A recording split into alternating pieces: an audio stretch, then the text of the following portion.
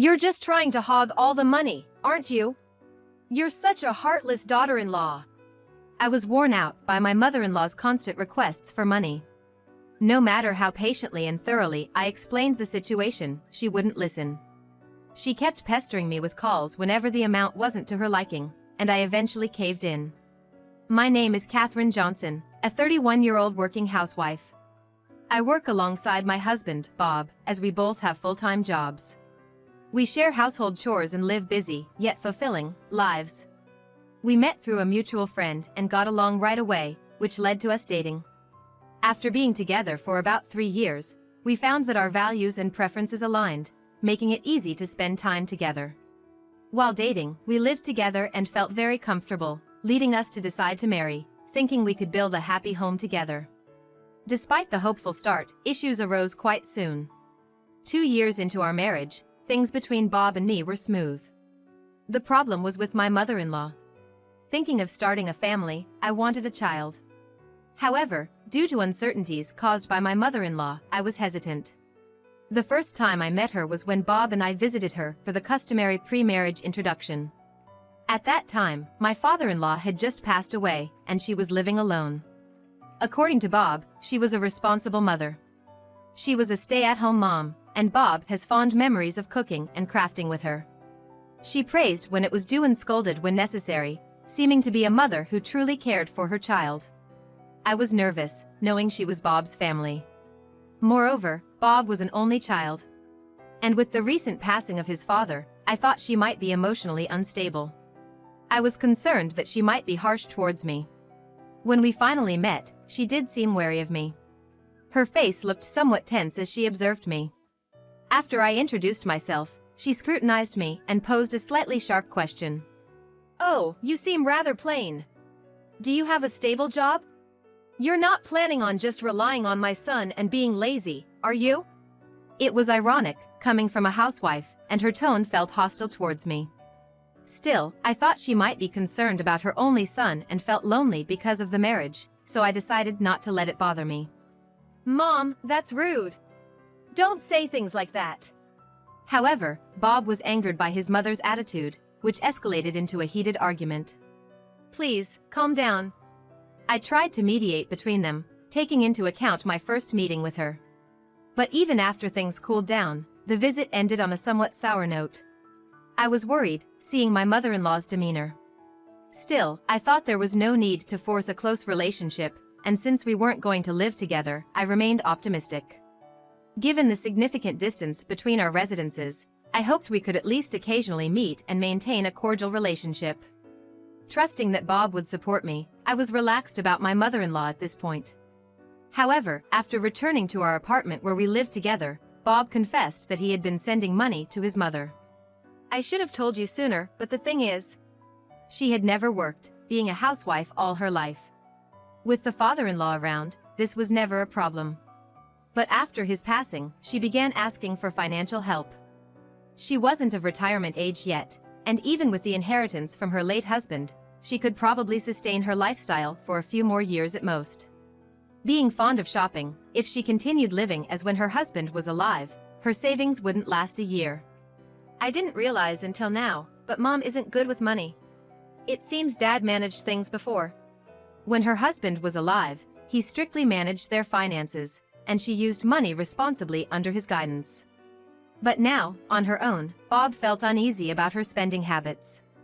But considering they had been together for over 20 years, he initially thought he might be overly worried.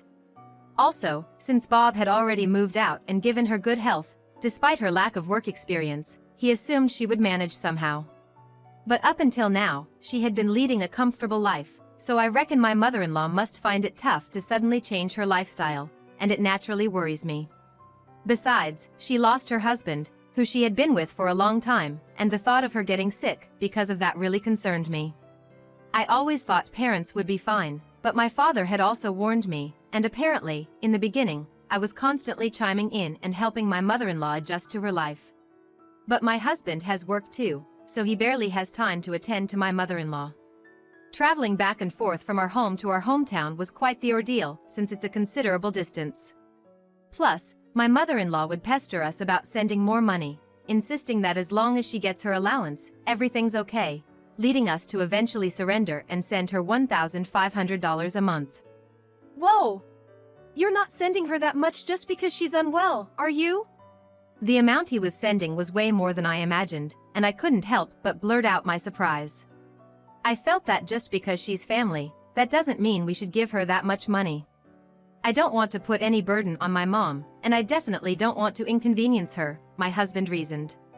Apart from his regular job, my husband also earned from his blog, so we had some financial cushion.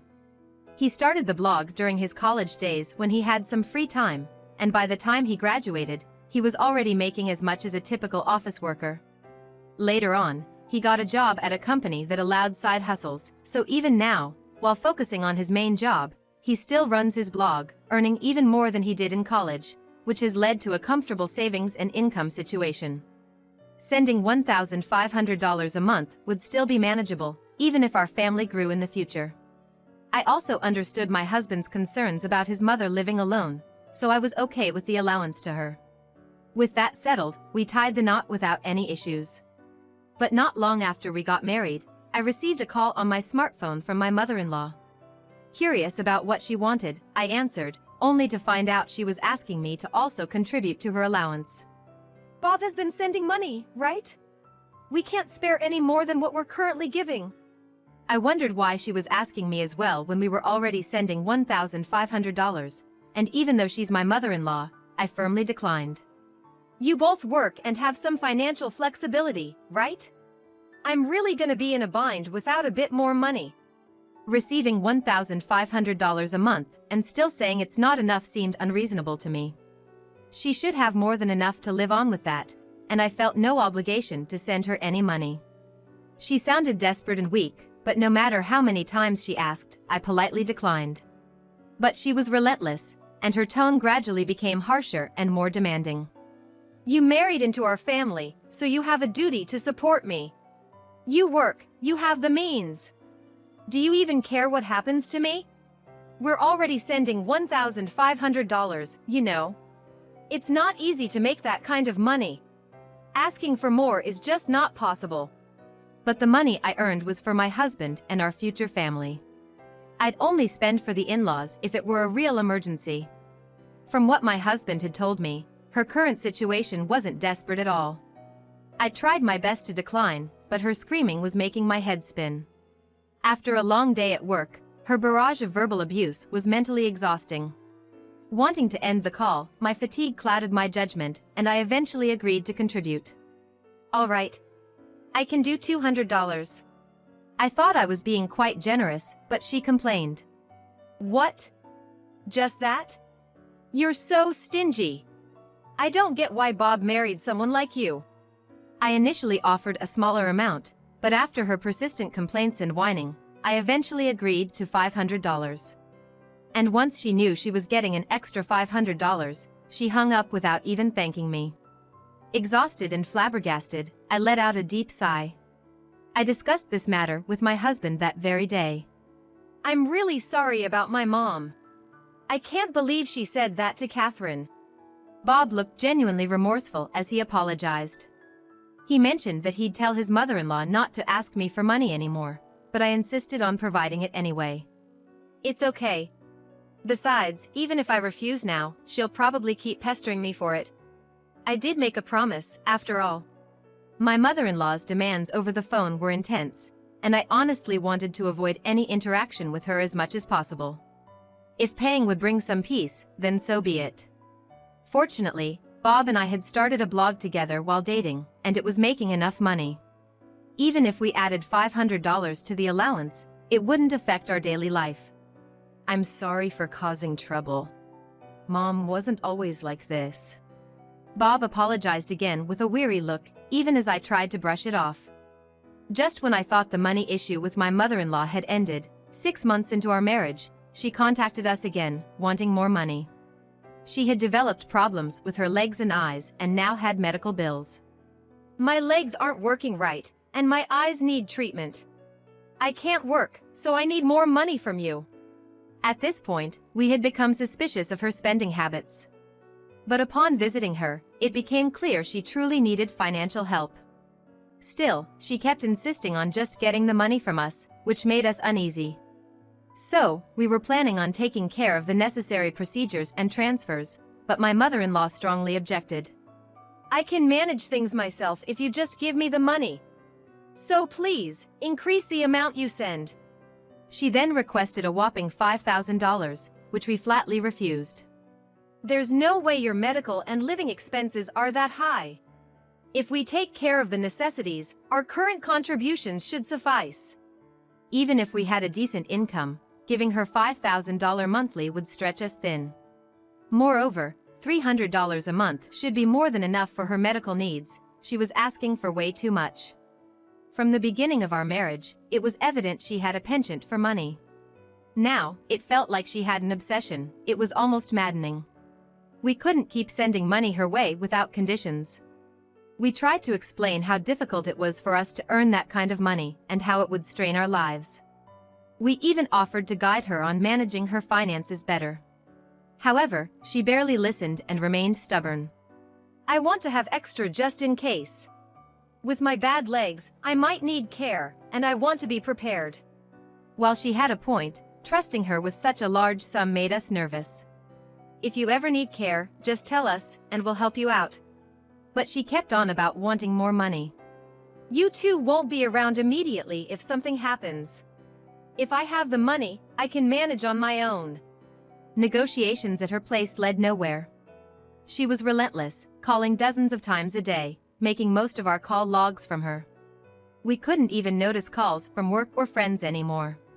After much persuasion, we eventually gave in and increased the allowance. Once we did, the calls stopped, and for the sake of peace, we deemed it a necessary sacrifice. Now, 2 years into our marriage, we are sending her $5,000 every month. While the monthly expense hurts, our income had increased since then.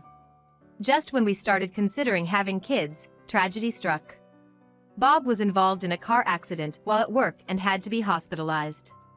It was touch and go for a while, but with treatment, he stabilized. Thankfully, workers' compensation covered most of the hospital bills, but Bob was on medical leave, affecting our income. To keep sending money to his mother, we'd have to dip into our savings. Given Bob's condition, continuing the allowance for his mother seemed nearly impossible. We informed her about Bob's accident and explained that due to the medical bills and his absence from work, we couldn't provide the allowance. Bob had an accident and is hospitalized.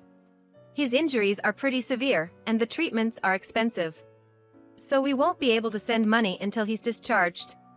Considering we'd been sending her a generous amount, she should be able to manage for a few months. My mother-in-law always wants money, but I thought she would understand this time since my son had a serious accident. I was hoping that if I continued to send her money in the future, she would be considerate and ask for a modest amount so as not to trouble our son.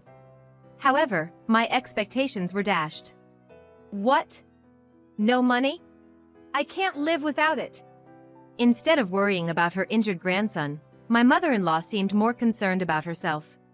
This left me feeling quite frustrated. Anyone would normally be concerned about a grandson who's had a major accident. I've never trusted my mother-in-law's spending habits, but I believed she had love for her family. Now, I'm starting to doubt even that. Bob really had a bad accident. He can't work, so there's no income. Plus, the hospital bills are high, so I can't send you $5,000 this time. I tried to explain our situation to her as calmly as possible, but she got hysterical, demanding that I wire her the $5,000 immediately. No matter what I said, she wouldn't listen. Exhausted and dealing with Bob's accident and hospitalization, I decided to just send her the money to avoid further stress. But honestly, my mother-in-law seems to be getting worse every year. I never imagined she wouldn't be concerned about her own son. With the financial strain and concerns about my mother-in-law's behavior, I decided to discuss the matter with Bob once he stabilized. By then, Bob had been in the hospital for a month. He was still immobilized by his injuries, but he could talk to visitors.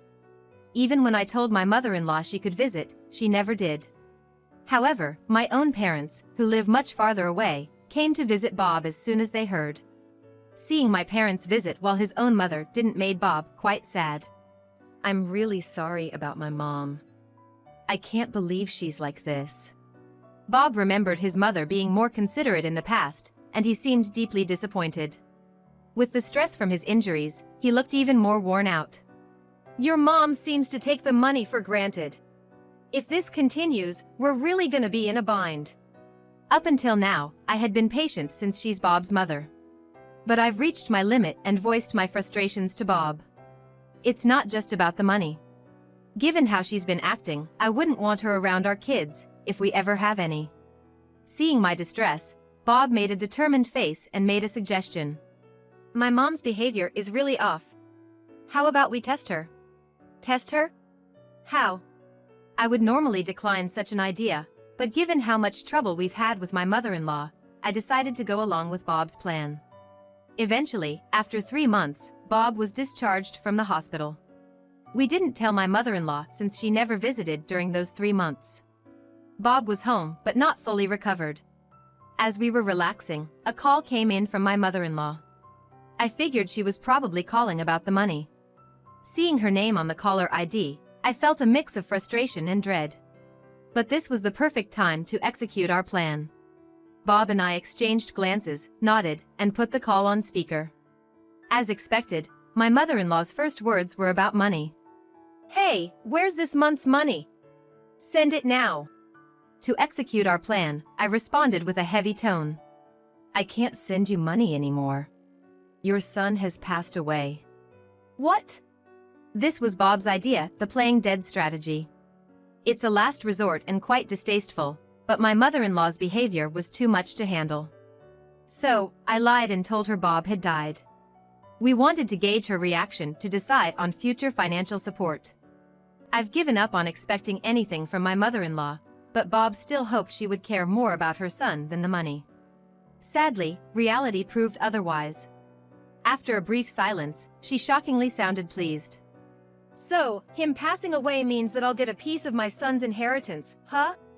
When I heard he was hospitalized, I looked into the inheritance and found out that I have a share too. Catherine, I won't let you hog all the inheritance, you know. I couldn't believe that upon hearing about our son's serious injury and hospitalization, the first thing she checked was the inheritance share. Even I was lost for words at my mother-in-law's reaction. It was beyond unexpected. My husband was so shocked by his mother's words, his face became expressionless, looking like a stone mask.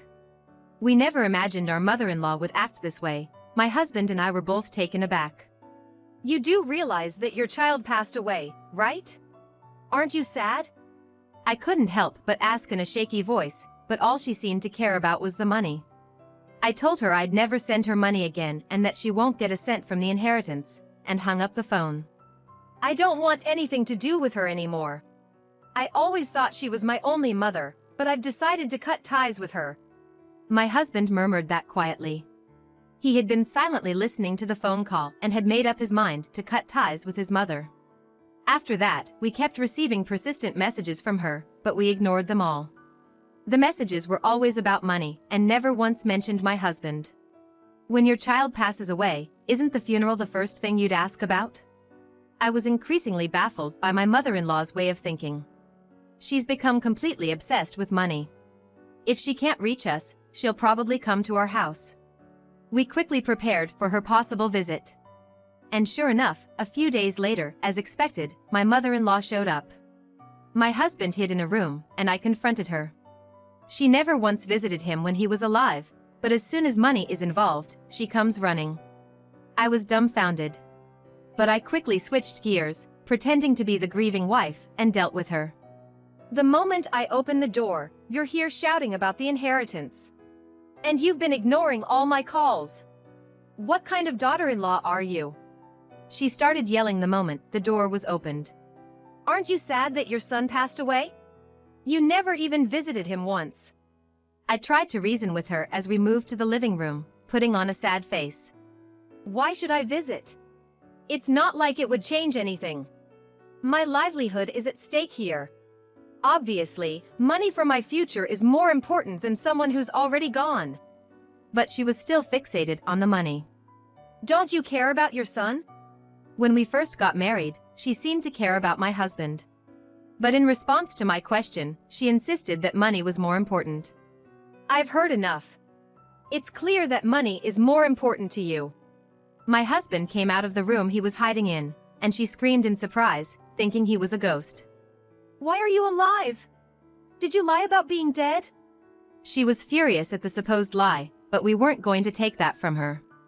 To think you could say something like that after hearing your son was dead. I understand now how you think. We won't be sending you any more money, and we're cutting ties with you. My husband had made up his mind. Despite my husband's declaration, she kept making excuses, but his mind was made up. We both looked at her coldly, and she started to get angry. If you cut ties with me, my debt collectors will come after you. If you don't want that, then just give me the money. What? Debt? My husband didn't seem to know either, and he pressed for an explanation. Turns out, my mother-in-law got addicted to slot machines and racked up debt, naming my husband as the cosigner without his knowledge. We knew she was reckless with money, but never expected she had debt. In a threatening tone, she said to us, "Kids should listen to their parents. If you understand, then give me money." But my husband's stance didn't change, responding calmly. Even if we give you money, you ain't gonna use it to pay off the debt. Get out of here now. With that, my husband kicked out the raging mother-in-law and locked the door. She caused a commotion outside for about 30 minutes, but then she seemed to give up and left. Afterward, we immediately moved to avoid any more interactions with her. Upon investigating the debt, we found out my husband never agreed to be a cosigner, so he had no obligation to repay. Turns out, right after we got married, when she first contacted me for financial support, she was already squandering money on slot machines. And when she had asked for more money citing medical bills, she already had debt. The extra financial support we gave her wasn't saved or used for repayments. It was spent on slot machines, and her debt just kept increasing. Realizing this, my husband was relieved. He decided to cut ties with her. With our financial support gone and only her debt remaining, she had no choice but to work. Having been a housewife all her life and with her problematic personality and mindset, it seems quite challenging for her to start working. She's now working hard to repay her debt, without even a minute to care about her appearance. Locals know about her recklessness with money and gossip about how she was disowned by her son because of it, making her life quite uncomfortable. After cutting ties, we were still in a position to get updates about her for a while, but after learning everything and completing our move, we blocked her number. Now, we won't have to send her money or be mentally stressed by her constant calls.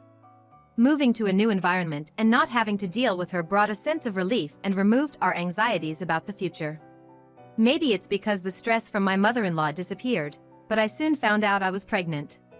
Now, we look forward to our baby's birth and strive to ensure happiness for our family, living with a bright and hopeful heart.